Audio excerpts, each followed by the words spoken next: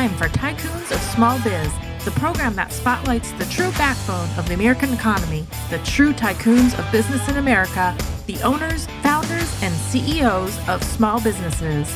Your host, Austin L. Peterson, is a registered representative of Lincoln Financial Advisors Corporation.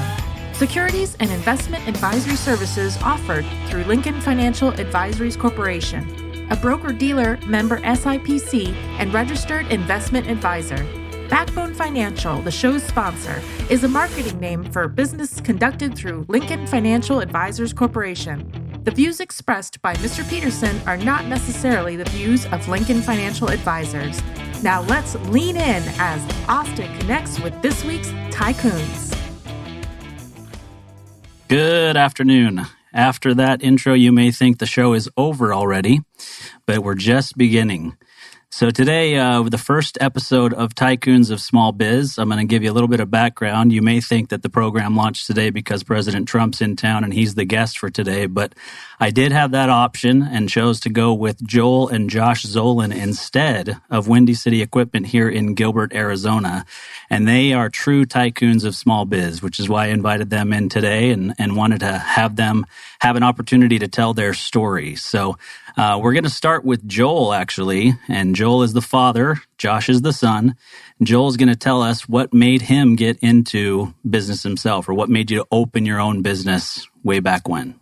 Way back when. 2003, I worked for a bakery back in Chicago that abused me badly.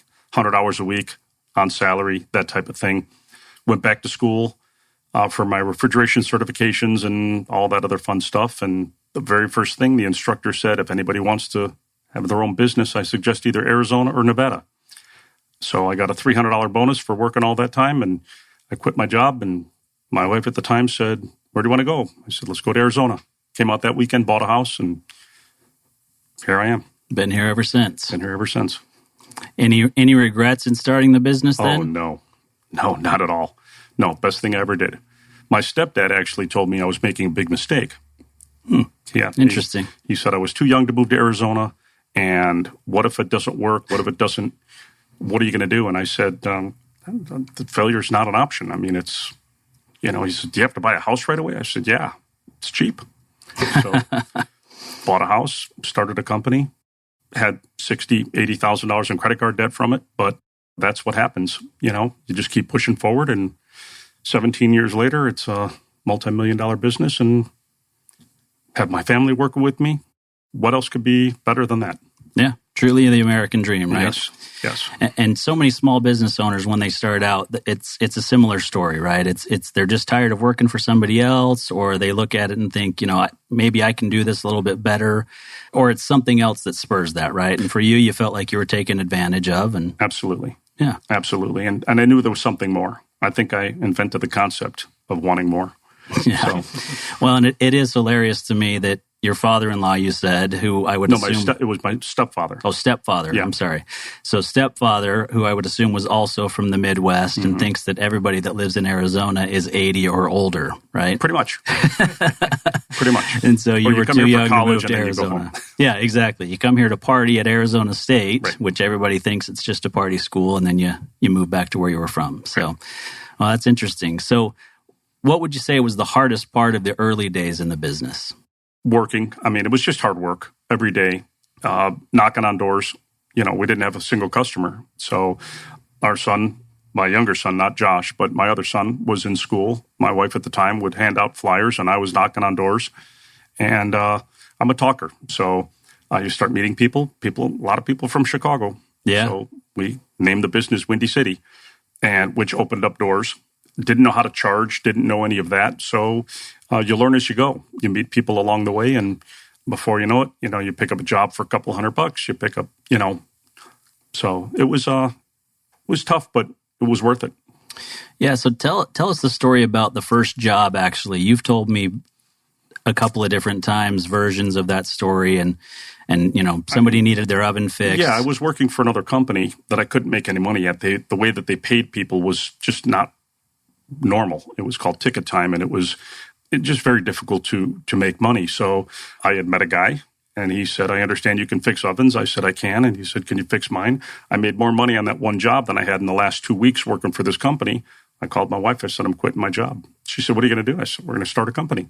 Yeah. So it was literally, that's how it really, I mean, I knew I wanted to start a company, but I didn't know anything about it. So I figured I'd work for somebody for a little while and kind of learn the ropes a little bit. That lasted for about a month and a half. So 6 weeks was all you could take. Yeah, like I said, I couldn't make any money. You still have to make a mortgage payment, car payments, and whatnot. So yeah, and Josh wasn't here at that point. Your younger son, how old was he? Back then, that's Ryan, right? Yeah, Ryan in 2003. He was born in '98. So he was young, just starting school then. Yep, gotcha. Yep.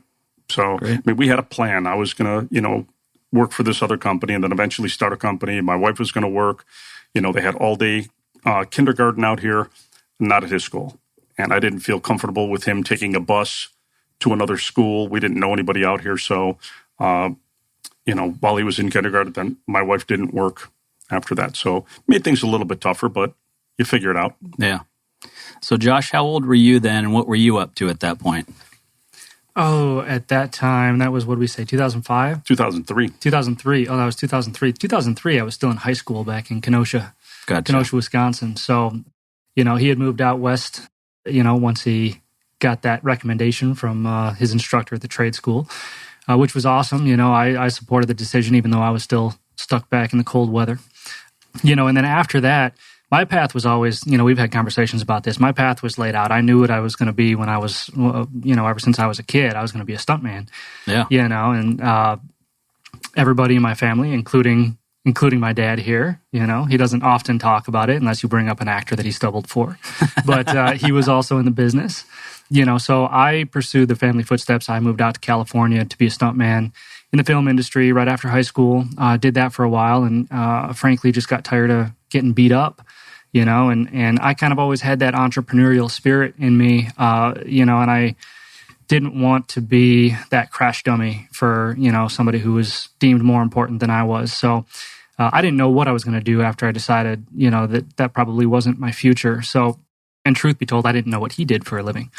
I knew he turned wrenches, but that's about it. So, once I really decided that I was done with that, I called him up and I said, hey, I want to come out and work with you. I don't know what you do, but I'll learn it, and I want to come work with you. And that's exactly what I did. He welcomed me into the business and made it very clear that I had to work from the ground up and learn everything there was to know about being a technician before I could have any involvement in the back end of the business, which I'm incredibly thankful for. I mean, without that foundation, I don't think the company would be where it is today. No doubt.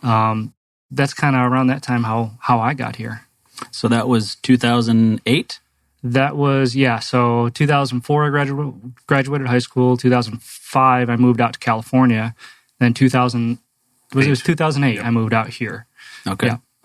All right. So now here we are, fast forwarding 12 years later, and we can certainly go back to the stuntman thing. I think everybody that listens would be intrigued by that on both sides for both of you, right? And I don't know how much we've talked about this, but I'm an adrenaline junkie. If you talk to my mom or my wife, I'm an absolute adrenaline junkie. I will do anything. And my wife gets a little bit worried when we buy motorcycles or different motorized vehicles because she doesn't think that I slow down enough and have control of the vehicle. But, I've been riding all of those kinds of things since I was very, very small and have a very good understanding of what those things can do. And it's a great hobby for me to get out there and do those things. And so we'll certainly talk more about that. But here we are now fast forwarding, 12 years since you joined the business, 17 years since Joel launched the business. And so this is for each of you. What would you say is the hardest part of running Windy City now? And you can choose to talk about COVID-19 specifically, or you can just talk about in general, 2018, 2019, 2020.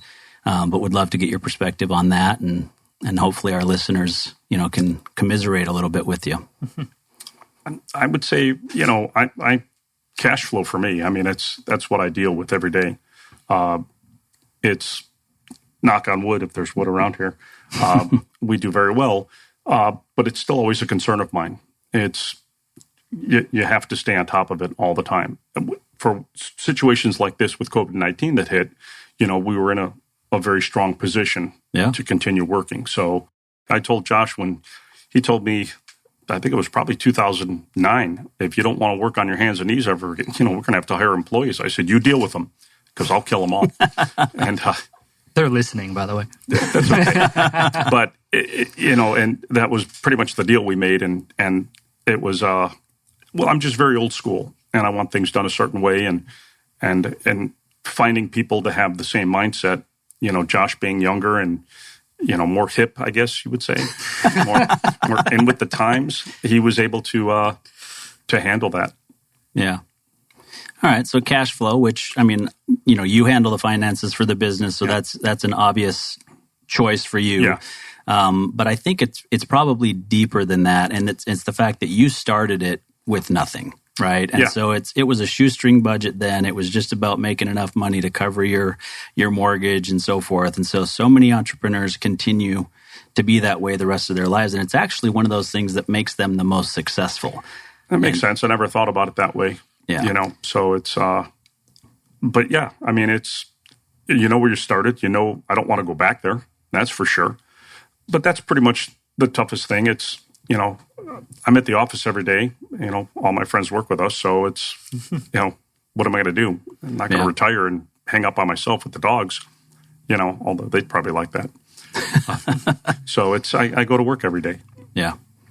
But it's really, it's challenging. Like I said, I love our employees. They're all great. I hope you're listening.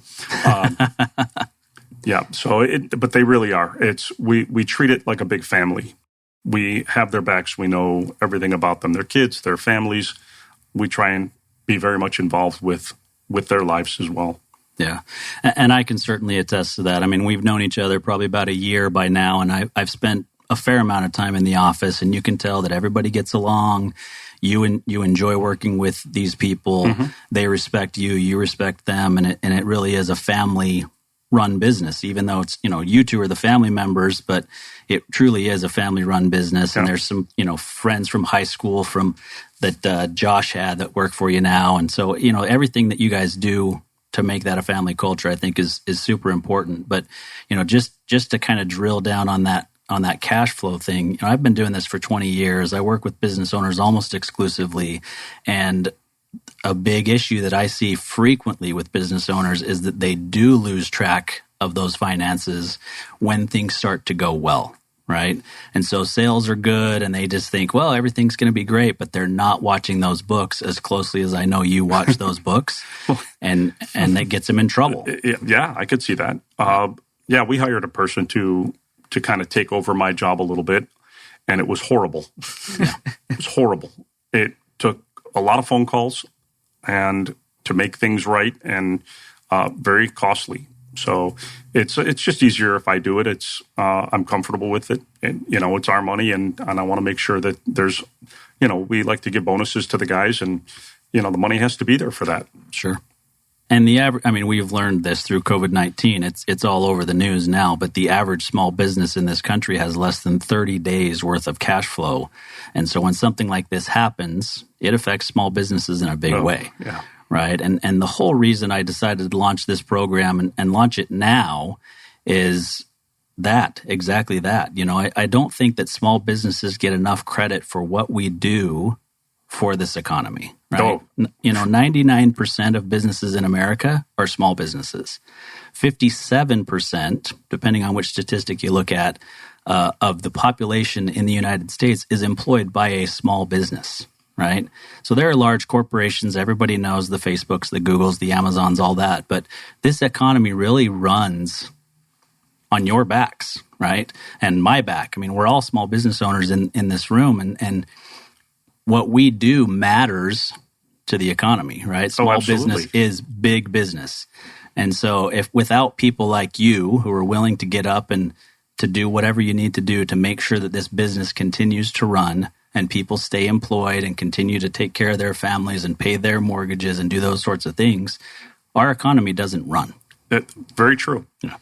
Very true. So and our business was definitely affected. Oh, absolutely. By this. To the point, like I said earlier, I had peaks and valleys. Just the not knowing, just the moving of the goalposts, every time something, you think it's going well and we're getting ready to open and they move the goalpost on you. They change their narrative and it's, what are you doing? Especially here in Arizona, other parts of the country, I know were hit harder than us. Sure. One thing I know about people from Arizona, that they are fighters and they're not just going to lay down and say, okay, it's over. No, there's a lot of people fighting to stay open. Yeah, no doubt. And there's some great small businesses in Arizona. Tremendous. If you look at the Fortune 500, we only have 2 that have headquarters or have, big offices in Arizona. But, this whole economy in Arizona is built on small businesses. For sure. And people are going to figure it out. Innovators are going to innovate, and we're going to come out of this stronger than ever. That doesn't mean we're not going to see a lull. That doesn't mean that some businesses just aren't going to survive this, right? Unfortunately. And so, that's the hard part about this. But, I salute you guys for what you're doing to contribute to the economy, first of all, to contribute to the lives of your employees, and just the fact that you've been on top of things from the get-go, right? I mean, we've been in contact throughout this a little bit, Josh and I more than you and I, Joel. Yeah, you don't call me anymore. You don't call, you don't write. Exactly. But, you've been on top of it, understood the importance of it, knew what you needed to do to pivot. I've seen some of the stuff that Josh has done online and different videos to talk about, how do we survive COVID-19 and, what are we doing as a company? What are we doing to support our customers? It's those types of things to where we have to be ready and able to pivot. And I've seen you guys do that. Josh and I have talked about it, that you're never prepared for a pandemic. I mean, it's not something, when's the pandemic going to come by?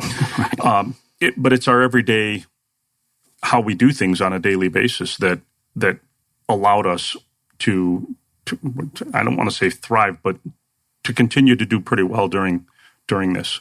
Yeah. And we have a great customer base. I mean, it's a partnership.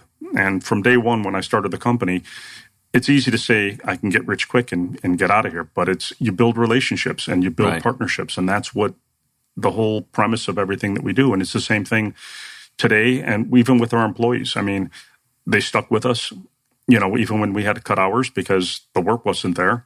But like I said, we have a great crew. Yeah. Yeah. Yeah, you really do.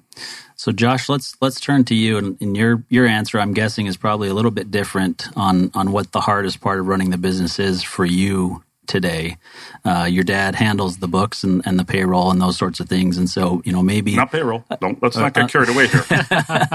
Sorry, the cash flow. I should have said cash flow, not payroll.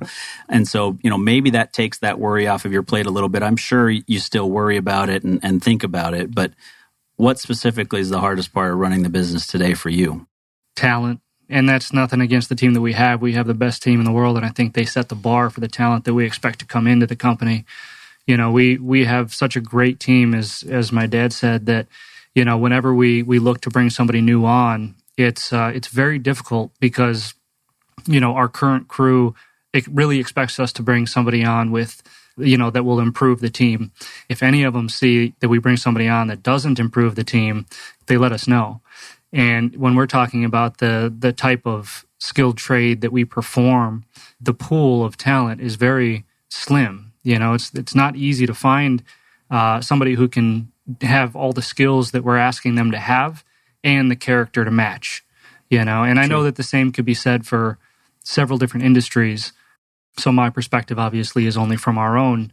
But as you know, I mean, I'm deep into the skilled trades and the skilled trades gap and everything else, and it does make it very difficult to find not only adequate talent, but the talent that we're looking for. So to me, that's one of the hardest parts, and that filters directly into being able to keep our current team pointed in the right direction. Everybody working toward the same thing. They're all experts at what they do. They're all fantastic at what they do. Sure. Everybody from the install crew to the technicians to the office staff, everybody is fantastic.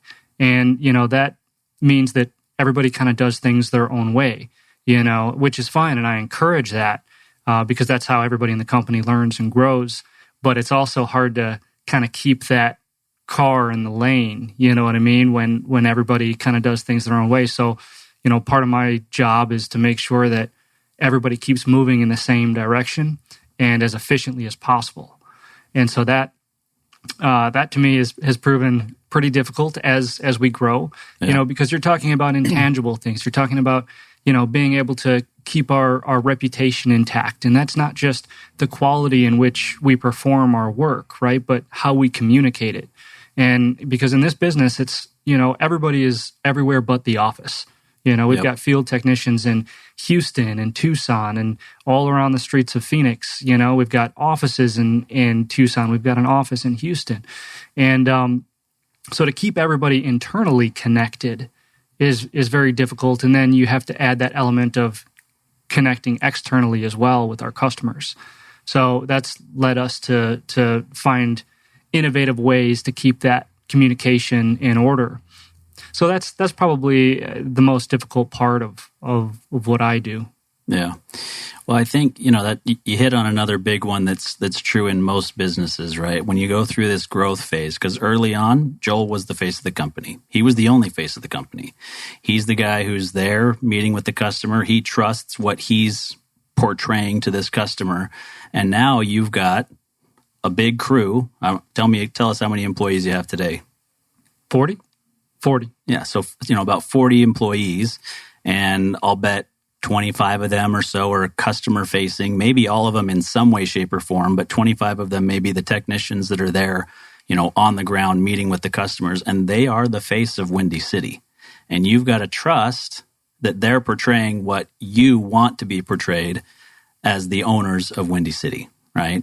And I think that that's a really hard thing to do in any business. It doesn't really matter what the business is. As you grow and you turn those reins over to somebody else to be that face of the company, you're putting a lot of trust in them that they're gonna portray it the way that you want it portrayed. Yeah, especially in a service company, right? Because our product is our people.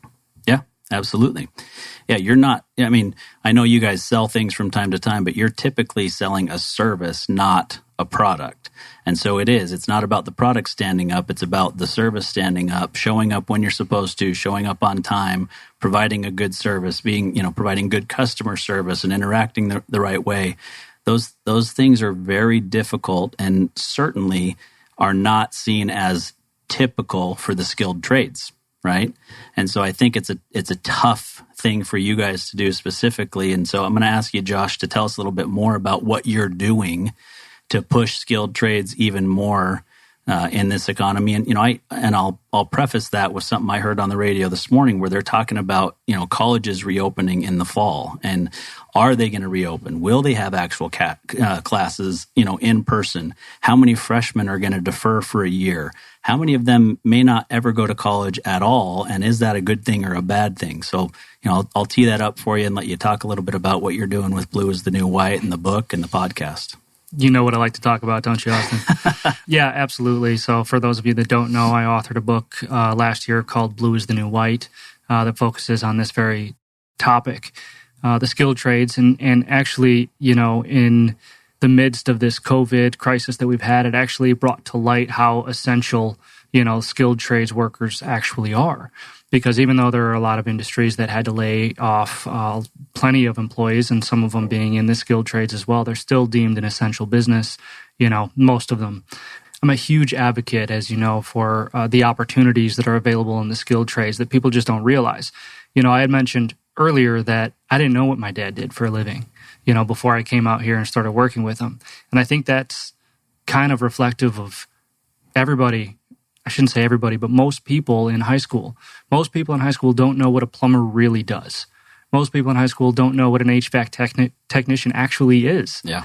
And that's a problem because, these industries are providing such a reward, and it takes a little bit of hard work. And you obviously have to be smart, but you have to be willing more than anything else. But the biggest thing is that you don't need college to accomplish it. Right? You can go straight into an apprenticeship after high school, and we've got a few people in our crew that came to us, right after high school, and they're doing fantastic right now and loving life, loving their job, and seeing where this career path can point them. And we're talking about big numbers here, numbers that people just don't realize. I mean, $100,000, 6 figures a year isn't unrealistic, for a seasoned service technician, whether it's in the plumbing industry, whether it's as an HVAC tech or refrigeration tech, even a cooking equipment technician. I mean, these guys have a very, very special set of skills, and they're very, very intelligent. And there are a lot of people who would forego that in favor of a college education just because they're told that that's how success is achieved. And so what I try to do is obviously get my book in the hands of educators and people who can influence these kids, so we can show them what is actually involved in the skilled trades, not just what's perceived to be involved in the skilled trades. And I also try to speak at different conferences and events around the country to really push this narrative, because it has to be told. This is wildly rewarding work. And I don't care if you're not in the business, if you've only been in the business a year, or if you've been in the business, 40 years.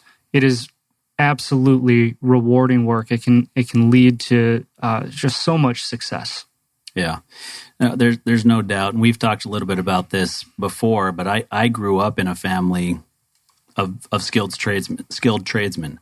And my brothers today, all of them are skilled tradesmen in one way, shape, or form. And, my parents both have GEDs and have, they haven't had an incredible life, I would say, financially, but they went to work every day doing something that they enjoyed, right? And I think that, maybe one of a big regret in my life is that I didn't do what you did, Josh, in going to work with your dad, right? And Joel will be the first to admit, and has to me in the past, that this business wouldn't be what it is today without Josh's involvement, right? And there are certain things and skills that Josh brought to the business that helped you guys take it to that next level. And I think that it could have been that same thing with my dad and I. My dad was a stucco contractor. My uncle was a stucco contractor. My brother is an HVAC contractor, and he just took a new job working with the state government in the state of Utah. But his job is maintenance engineer for different facilities, mainly HVAC type facilities throughout the state of Utah. And so, I'm very well acquainted with the skilled trades and the types of jobs that are available, right? And you're right. I mean, even my parents growing up, you need to go to college. You need to go to college, right? And I don't know, to be honest, because I wasn't there with my other siblings, if they were saying the same thing to them or if they just saw that was the right path for me. But that was the way that I was raised, even being raised in a skilled trades type family.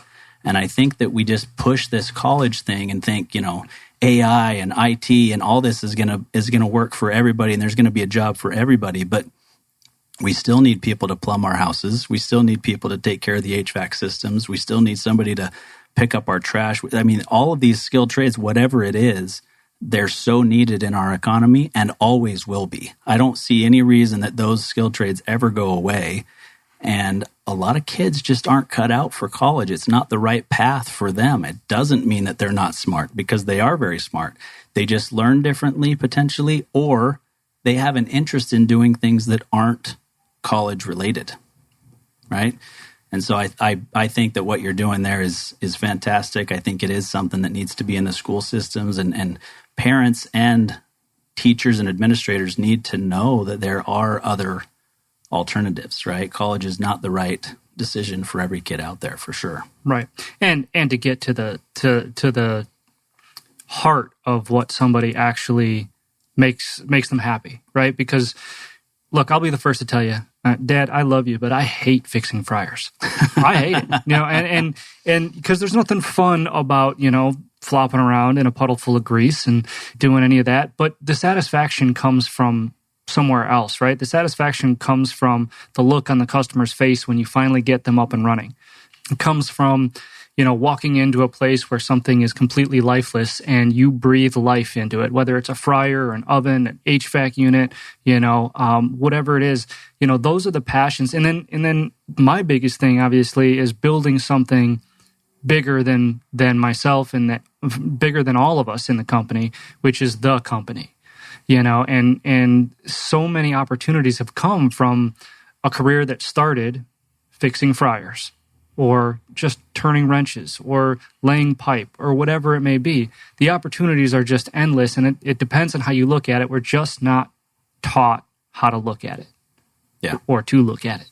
Yeah, no, absolutely. I mean, I don't know about you, but when I was a kid, we all thought that by the year 2000, there would be flying cars everywhere, right? We wouldn't need roads. We wouldn't need, And so I think that we always kind of push that out there that everything's going to be tech related in the future. But there are certain things that just aren't going to change. And even if they do change, whatever it is that's being built is going to need to be fixed, or it's going to need to be built, right? It's not just about writing the code or doing something, from a tech standpoint, but it's about actually building and putting everything together. And there's a lot that can be said about somebody putting their head on their pillow at night, knowing that they accomplished something that's valuable. And it doesn't matter what that is. Every person deserves to find something that they're passionate about and brings them a feeling of accomplishment day in and day out. I've had probably hundreds over the years of employees that have worked for me in different businesses that I've owned throughout the years, and I've told every one of them if they sought any advice from me that they should not be choosing a career based on how much money they think they will make in that career, but choose a career based on something that you enjoy doing and that you're going to be able to go home every night and be happy knowing that you spent the day doing something that you enjoyed.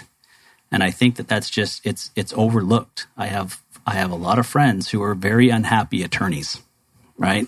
And I don't mean to pick on attorneys. I mean, not that I would ever want to do that, but I don't mean to pick specifically on attorneys, but I have several friends who are attorneys that just really don't enjoy their job. They make a great living, they make a lot of money, but they don't necessarily enjoy their job. And so I think they have some regret, and they wish they could have followed a different path in life.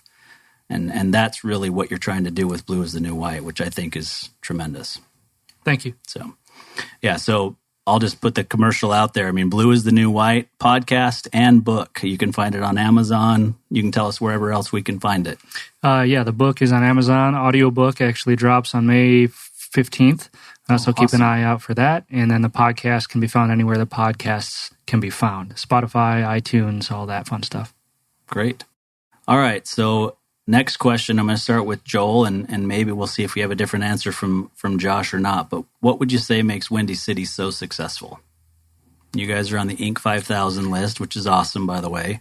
But what has made you so successful to this point?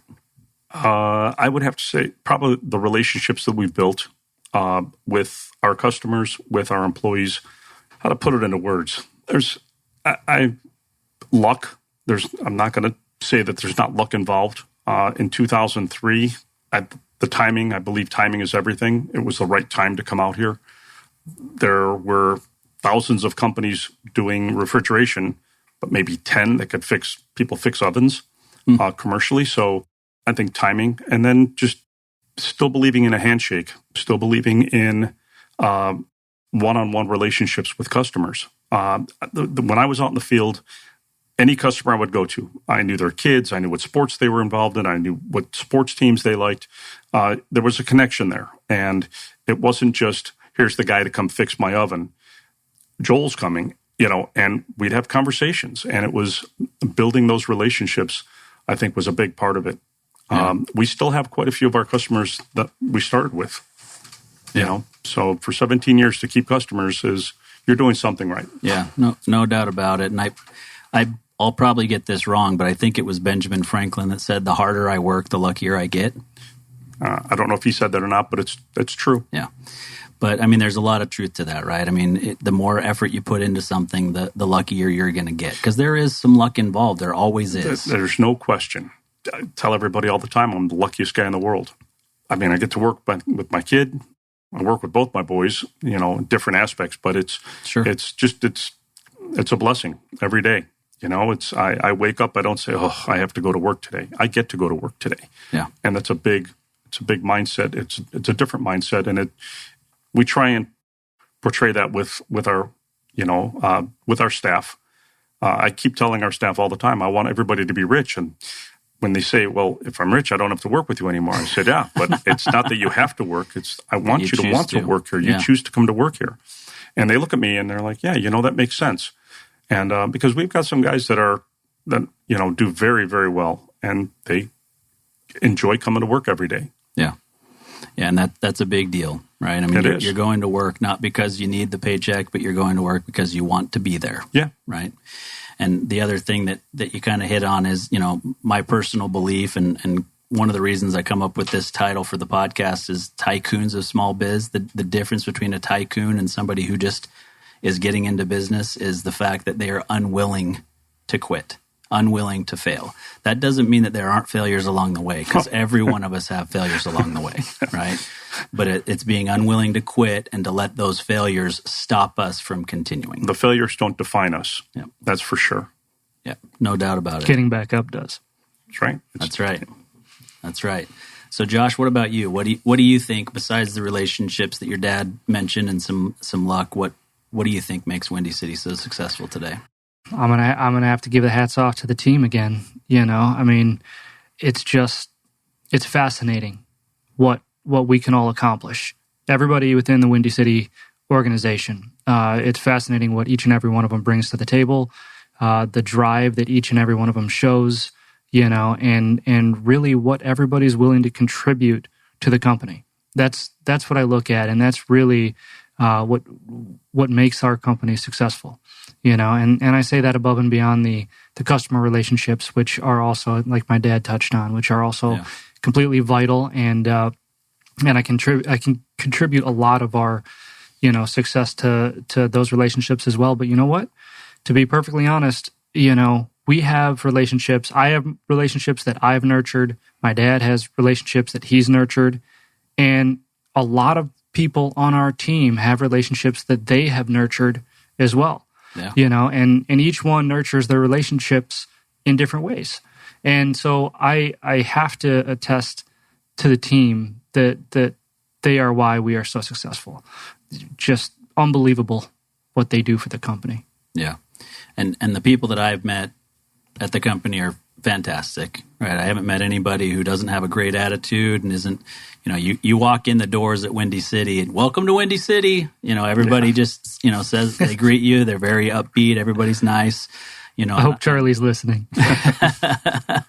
Everybody's happy, when you walk in the door, and yours, quite honestly, is not a business where there's a line of customers walking in the door. You're typically going to their locations, but just the fact that, they're doing that, I think is great. But, the people that you have are great, but that really kind of goes back to hiring the right people and then training them the appropriate way, right? And it definitely starts with hiring first, right? You've got to hire the right person and then train them the appropriate way, but you've got to be able to identify what it is that they have that's going to make them successful at Windy City. So any tips or tricks for those of us listening as to how to hire as well as you guys are obviously hiring? That's a tough one because I'm usually asking for the advice. No, you know what? I'd say, and people are going to hate this response, so I'm sorry. I know this is the pilot episode, so I apologize ahead of time. But, there's a gut feeling, I think. There's a strong, and sometimes there's that wishy-washy feeling like, oh, you know what? I think they could be good. But sometimes you get that strong gut feeling that just says, you need to hire this person. You really do. And I'm sorry. I know that's not a tactic that anybody can really sink their teeth into. If they want something like that, they can check out, what's it called?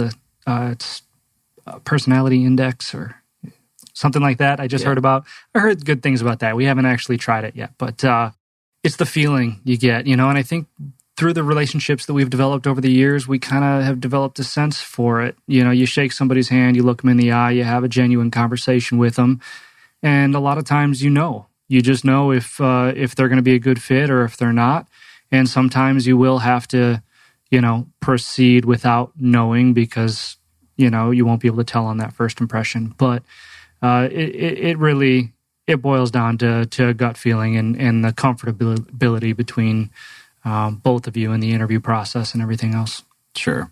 Yeah. And Strengths Finders or Myers-Briggs, the different personality tests that are out there, and there's a bunch of them, can certainly be helpful. But and I think sometimes we discount when somebody says, well, there's a gut feeling, right? But that gut's not something that you had on day one, right? I mean, in 2008, when you started out as a technician at Windy City, you wouldn't have known at that point who would have been a great hire, right? No. And so it's something that you hone over years, and it takes trial and error. And I'm sure that you've had mistakes, right? And One or two. I'm sure there's still a fair amount of turnover, given what it is that you do. But it's just about making little steps every day and getting better and doing what you can to help to hone your skills so that you're better at hiring going forward. It's about kind of like we were talking earlier. It's about failing, recognizing when you are failing, and then using that to improve. And if you can do that 1,000,000 times, if you can do that 1,000 times a year, let's say, the small failures, and learn from each and every one of them, that's when you develop that sense, that gut feeling, I think, because you've done it wrong enough times to know. Yeah. Well, I think we could all say the same thing with that as being parents, right? I mean, we all of us in this room are parents, and we make mistakes every day raising our kids. And, Not me.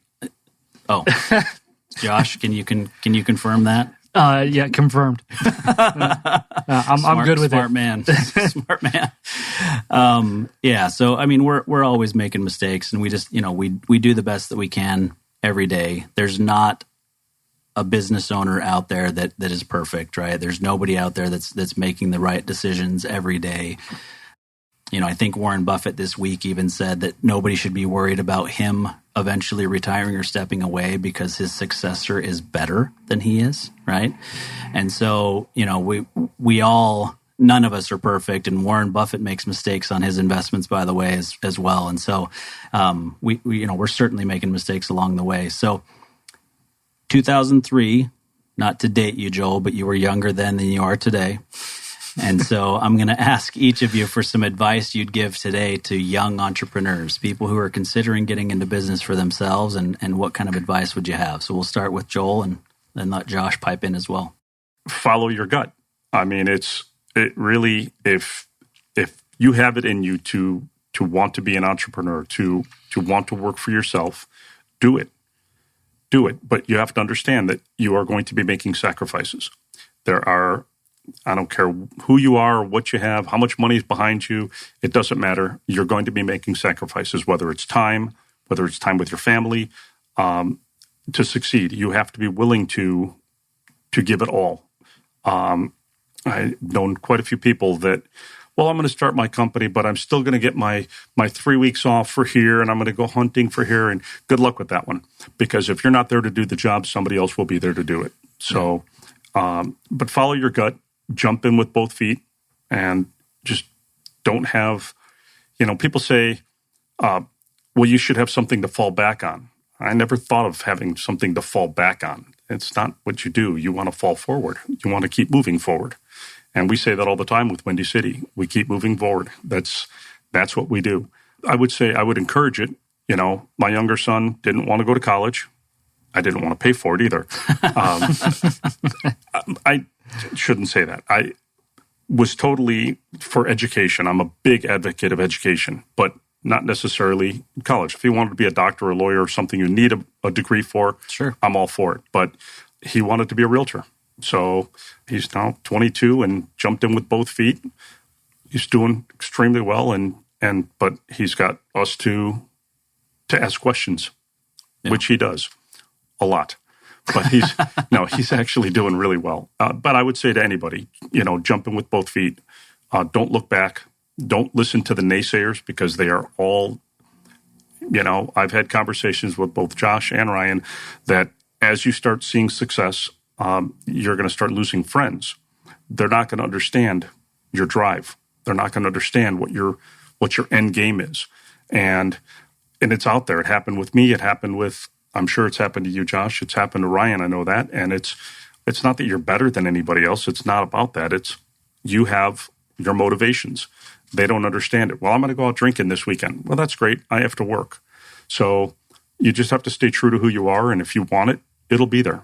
Yeah. Oh, I think that's great advice. And, I understand what Ryan's going through. I was 23 when I first started in the financial planning industry. And real estate, just like financial planning, you're trusting somebody with a lot of money, right? You're acquiring a property, for example, in his industry. For me, it was helping them manage that money. And when you're 23 years old, and for me, I even had a baby face, so I probably looked about 18. I was growing a beard, doing everything I could to try to look older. And so it's tough at that age to jump in, but you're absolutely right. I'm a huge proponent of work-life balance. I have kids, I try to do everything that I can to be there for the games and different things like that and to not miss things. But that full commitment and work-life balance is probably not possible in the early years of getting something off the ground. And so you certainly do need to go in with your eyes wide open and realize that there's a full commitment. If you want to make this fully successful, you've got to be fully committed. Absolutely. So, yeah, great advice. What about you, Josh? Echoing that just a little bit, I would say, and I see this a lot these days, right? Because there's just so much noise around us. There's so much on social media. There's so much on the internet. There's so much just surrounding us, especially being an entrepreneur, right? It's on this pedestal today. So everybody wants to be an entrepreneur of some kind. So they try a bunch of little different things, right? They try this, they try that, they see what works. So my advice would be, don't try a million things and see what works. Try one thing and make it work. I think that's what separates me from a lot of other the entrepreneurial friends that I have and people that I've known is, if you would have told me, when I was 15 years old that I was going to be running a service company when I was 25, to be clear, I'm not 25 now, but, Could have fooled me. But, I would have said that they were crazy. But that's the thing is that you don't know what that one thing is, right? You have to weigh the opportunity. You have to calculate the risk, and you have to make sure that it's a viable option. And then again, back to finding your passions in what you do, right? And so it's about that consistency. You have to be consistent. So the second that you run into some adversity or, you fail or you fall down, that's not a cue to stop what you're doing and pivot, as the kids like to say, into something else. It's a cue to learn how not to do it next time and to press on and move forward. So that's pretty simple advice, but that's my advice. Stay consistent, pick one thing, and give it everything that you have before you ever change your mind and think that it's time to do something else. Yeah, no, I think that's great advice. We all need to identify, something that we're passionate about, right? And it doesn't have to be that you love fixing fryers, right? But you are passionate about what your business does for other people. You're passionate about what it does for your employees. You're passionate about what it does for the restaurant owners who rely on you to make their stuff work so that they can provide food to their customers, right? That's what you're passionate about, not specifically about fixing fryers. And maybe Joel wasn't even passionate about fixing fryers or fixing ovens. I was pretty passionate about that. Were you? But that's great, right? And so you're passionate about something and wanted to dive in and do something. But it's also about, I would say, maybe this is my advice, is you've got to find a need that needs to be fulfilled. And either it's not being fulfilled at all, or it's not being fulfilled well, right? And I think you guys are in a position of, it was probably being fulfilled, not as many, right? You said there weren't many people doing it in that time frame, right? But specifically in the skilled trades, you see this often where there's a lot of people out there doing it, but very few people doing it well, right? And so if you can find a way to do something well in a specific industry, and that leads you to an opportunity to build a nice business, more power to you, right? And it can be in the skilled trades, it can be anything, but the reality is there's plenty of opportunity in the skilled trades day in and day out to find your niche and to build that. And I think that's what gets missed, right? Well, it doesn't even have to be the skilled trades. It could be anything you choose. Absolutely. Just be the best at it. Yep. I've had long conversations with my dentist, and I wanted to know, when did you know you wanted to be a dentist? He said, when he was like 7. I said, you got your butt kicked a lot. Because, and he said, but he was passionate about it. And, today he's got his own practice and, he's a great dentist. So it could be anything. It's just give it 110%. Yeah. No, absolutely. Be willing to put in whatever effort it takes to be successful in that thing that you choose, right? And that gets missed an awful lot by a lot of people, right? And the last thing that I'll say is, you mentioned this, how much money's in the skilled trades, right? Or blue collar, right? Your book is called Blue is the New White. And so, blue collar is a term that everybody's familiar with. Well, I've been doing this for 20 years, and most of, financial planning, I mean, most of the wealthiest clients that I have that have the strongest businesses are blue collar type businesses, right? And so I think people dismiss that and think it's not sexy, and I don't want to go into that, right? Before they realize that there's a way to build an awful lot of wealth and to build a great business in doing essential type activities for our economy. Absolutely. Absolutely. Yeah. Well, I really appreciate the conversation. I think that we've covered a lot of really important things today, and I appreciate your guys' input. Is there anything other than what we've covered that you guys would like to cover today or mention today? No, I want to give a big shout out to all of our customers and our entire team at Windy City Equipment. Thank you so much for everything that you do. And Austin, thank you for everything that you do and for having us on the show, and for my family. Love you. That sounds good. I second that. Yeah. No, and I'll just add to that. I mean, the customers that you guys have, and you obviously don't service every restaurant in the valley or the country or whatever, but I wish, we personally at Tycoons of Small Biz wish all of the restaurants good luck, and let's hope that we can all, get through this. And as consumers, I'd love for each of us that are listening to go out and buy a meal from a small local business, and remember that franchises are often locally owned and they are small businesses. And so just because it's a McDonald's or a household name doesn't mean that it's not owned by somebody locally that's your neighbor, and they're running an important business that's important for all of us. So please go out and support those small businesses. Absolutely. Thank you very much, guys. Appreciate it. Thanks, Austin. We free you from the tasks of today, so together we can spend more time focused on the promise of tomorrow. Paylocity, American provider of cloud-based payroll and human capital management software for small, medium, and large-size organizations. Paylocity, forward together, always here for you. Paylocity.com. Employers with 50 or fewer people run offices more like family. Whether you're an established local company or a brand new startup, you can count on GBS to be part of your family. We're not just any benefits consulting firm, we're GBS. We have nearly 30 years of experience in group benefits, a strong sense of purpose, and it shows. GBS, believe in something better. GBSbenefits.com.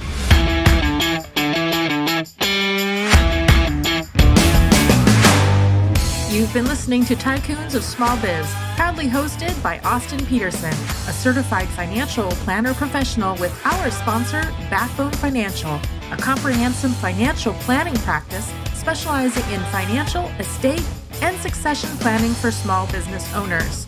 Backbone Financial is based in Scottsdale, Arizona, and represents clients in 14 states throughout the country.